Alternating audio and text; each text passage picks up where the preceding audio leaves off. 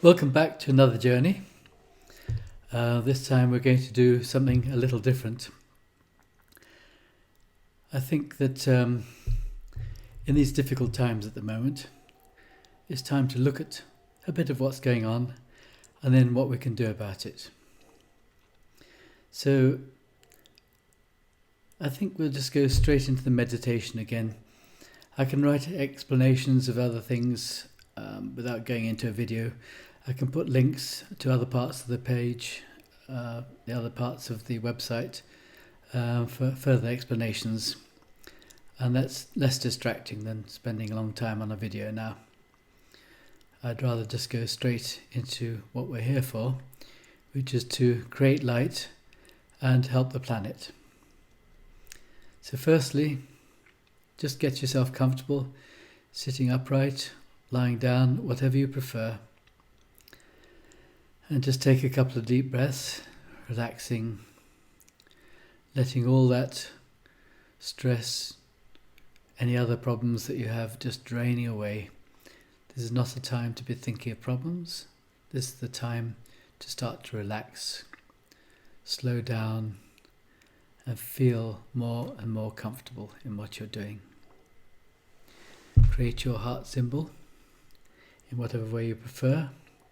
Whether it's like that, which you can look at yourself and others can see the same thing. It doesn't look the same on the camera to how it looks to me. Or you can do it the other way up and have it there where other people can see what you're doing. See it yourself. Doesn't matter what it looks like. Just create your heart. This is to link you to the places that we're going to, so you can get there very, very quickly by making the symbol of the heart and just looking at it. So, having created your heart, looked at it, absorbed it, started relaxing and slowing down, now is the time to start our journey. Some of you may have listened to the recording of how I became a pilot some time ago. But those who don't know that, I am actually a pilot, flying little aeroplanes. So why don't we go and jump into a craft now and take a journey. So we're all gathering together on an airfield, but this is different to any other airfield that you've been to before.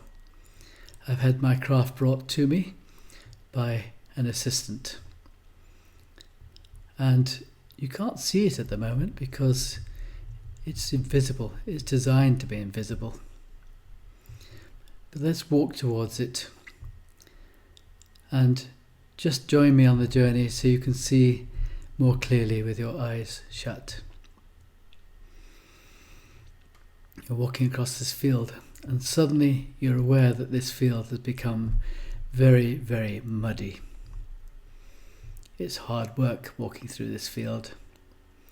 You're having to lift your feet up with every step. Lifting your feet up and mud's getting heavier and heavier on your feet. You don't care about your clothes or your shoes because you realize that this is to ground yourself firmly, to link to the earth so that you can be at higher realms and at the same time remembering how it is to be grounded and linked to this earth, to this planet. That also changes our vibration. So we're linked to heaven and earth to make heaven on earth. So after a while, you feel tired, you stand still and be aware that you're draining and grounding and getting huge benefit from the earth and relieving the stresses and strains. The earth can transmute this. It has a lot more than your problems to deal with. And now it's time to walk on, and like magic, this mud on your feet disappears and you feel as light as a feather. And walking across the field, suddenly through the shimmering ahead of you, you can see what is a standard UFO in everyone's imagination. Saucer-shaped grey metal with some steps down ready to invite you inside. And this craft is a strange craft. It's like a TARDIS. For those who know what a TARDIS is, the explanation will be below. On the outside it looks small, but inside it will carry unlimited number of souls. You climb up the steps, and usually when you climb up on the steps, the cockpit is on the left. Come and have a look inside the cockpit for a moment. While everyone is climbing on board, you can be looking at the same time as those climbing on board, and those climbing on board can be looking as well. This is the magic of where we're going. So you look in the cockpit, there's very little there. There's some sort of screens that you can see outside, yet there's no windows. And I'm sitting down, and I'm showing you now that I've got a chair that I'm sitting in, and I put my fingers out and I put them into some pads, and from these pads I am now in complete control of the aircraft, the spacecraft, the interstellar craft. The door's now shut and there's no sound at all, and through the windows that are magically appearing on the screens, whether in the cockpit or in the back, in these beautiful comfortable seats where you feel so totally relaxed. Around you, you can suddenly see visions of where we are and what we're doing. So I control this vehicle with my mind. Wherever I think that I want to go, whatever I want to do, and you'll come with me, of course, we go there. So, where should we go? Let's go and look at Mars. Instantly, we're at Mars. There's no time or space or light limitations in these vehicles, because we're travelling at the speed of thought, which is instant. Suddenly, we're at Mars. We can look down at what is called the Red Planet and see a dust storm swirling up. And we've had enough here. We could stay and look. If someone wants to, then pause the video now and stay looking at Mars.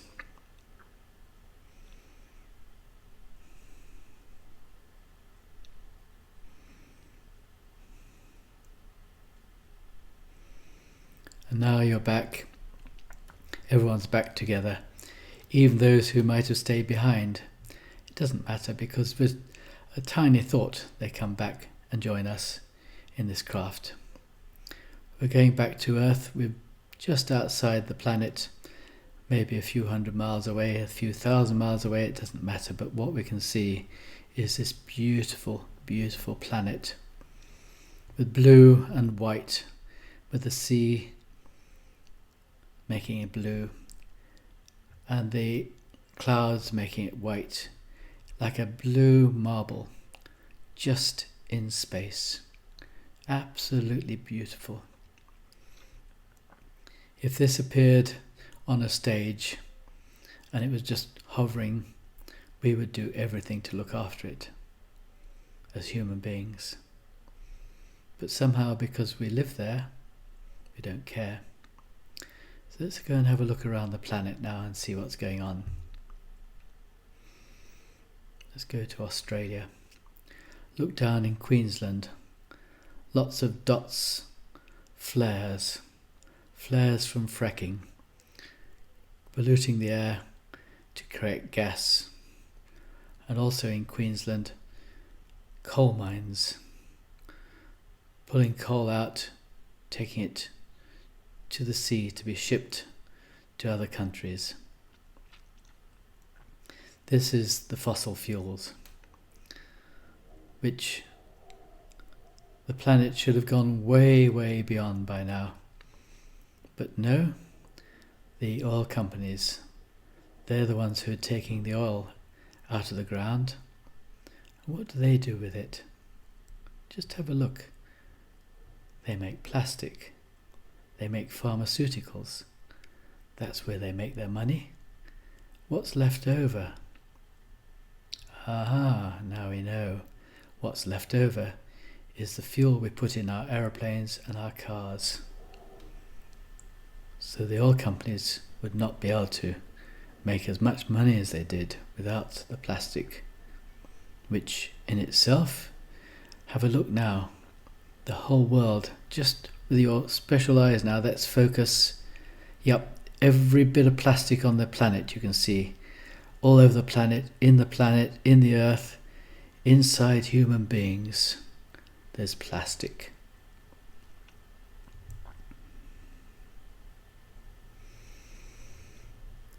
So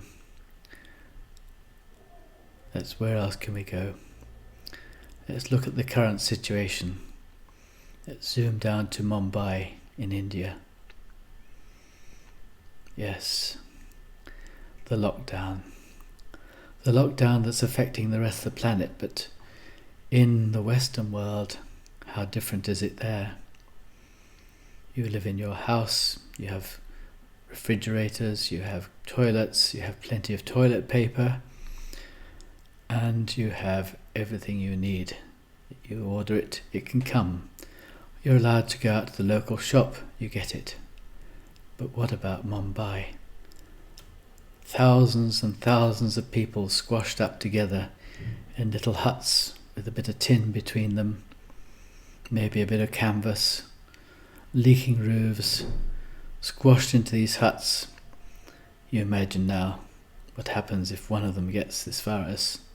How will that spread? How is lockdown helping them? But they try to go out to get some food or some water, and the police beat them back. That is the situation, and many will die, as many will die on our planet if this situation is not changed.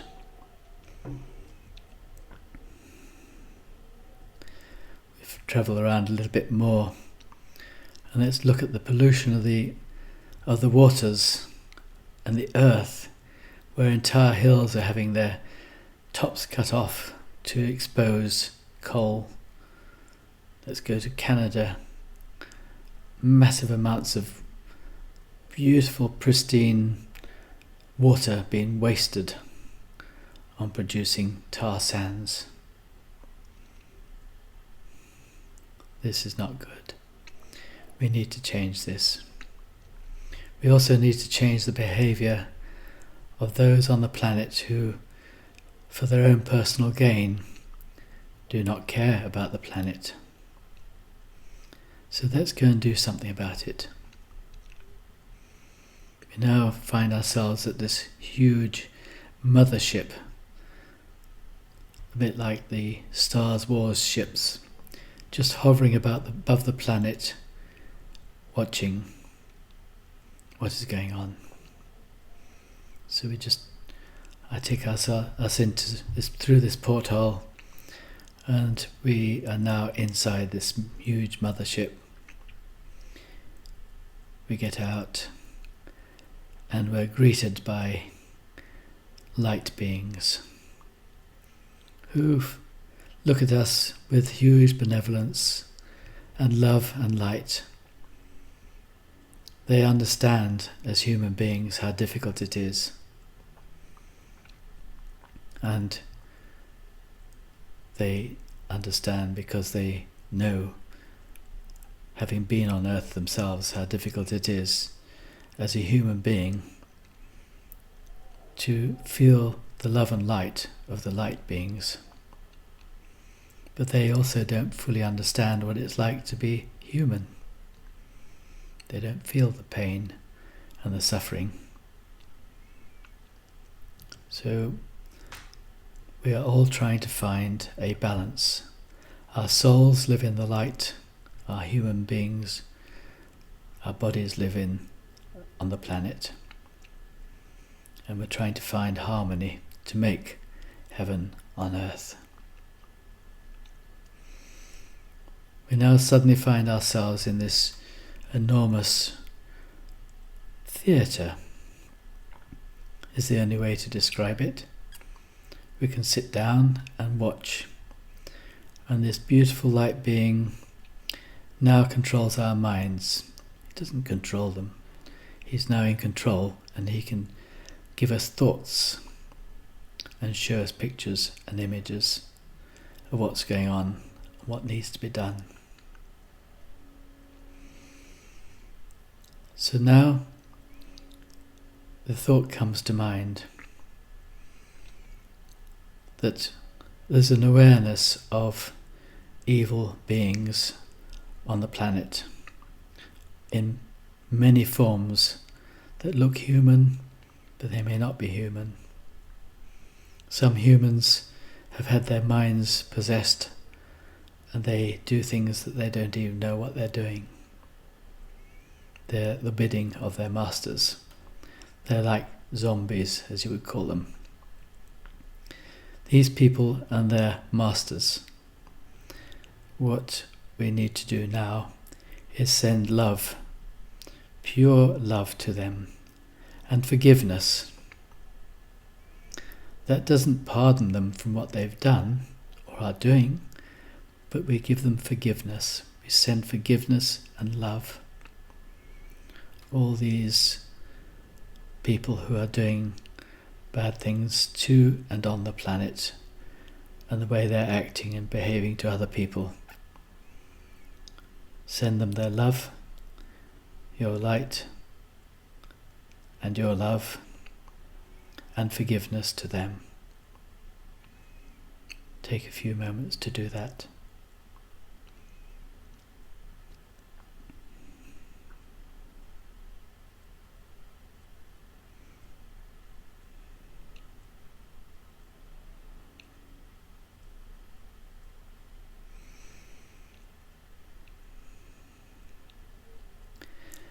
As with everything, just the intent is all that matters. There's no need for huge ceremonies, massive palaver, no waving of arms, shouting, doing whatever you do in your ceremonies. Just the intent to do what we've just done has an effect. So now this being is saying that be aware of the fact that the planet is being watched. But the planet, everyone on it, has free will. So we have a choice of which way we want to go. And those darkened beings trying to destroy the planet have had an upper hand. But now with your love and forgiveness, then the light can start to sway them and change them. Many will choose to depart this planet in various ways, because they know that they cannot win. They'll go in whatever way they choose to go, leaving those behind who wish to stay on the planet in a new form, which is much more different to how it is now. Everyone will be full of love and light. They all have their glowing hearts, so you can tell those who are of love and light by the hearts. The symbols we're making are the symbols of those who have chosen to live in heaven on earth, are the ones showing their hearts and sharing their love. Take that thought with you now and go back and share that love and light with those who are near you. After all, if you want to change the world, first you change yourself. So when you start being full of love and light and passing that love and light to those around you, it'll be like the virus that is causing problems.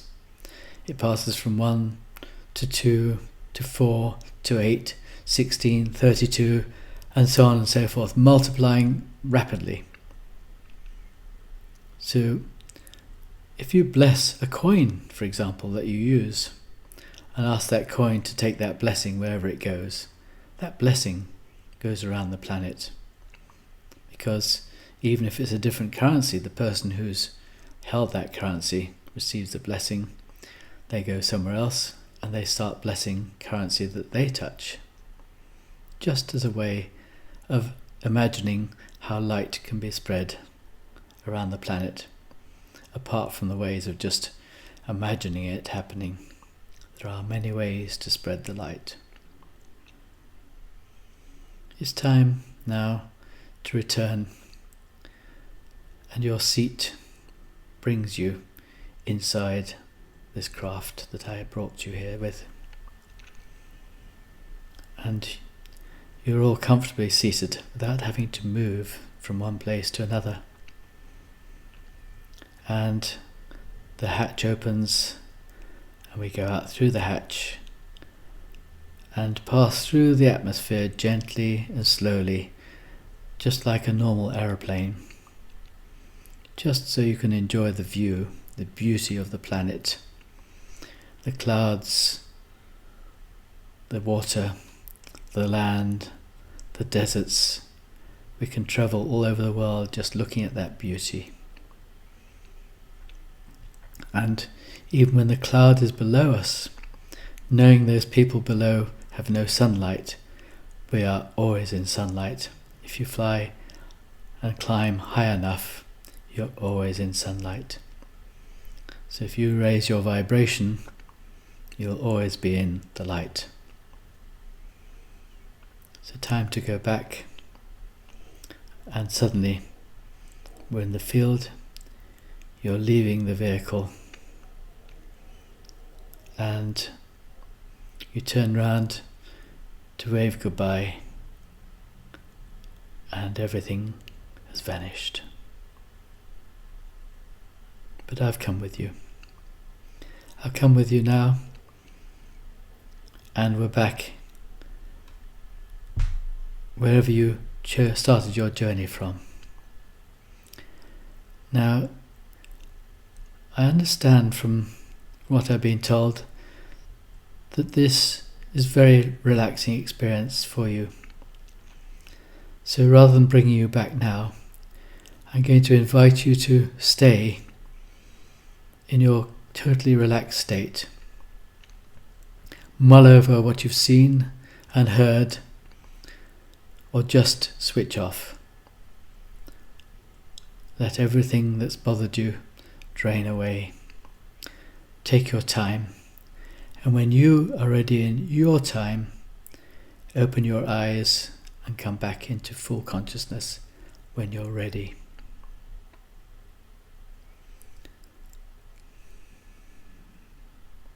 Thank you for coming.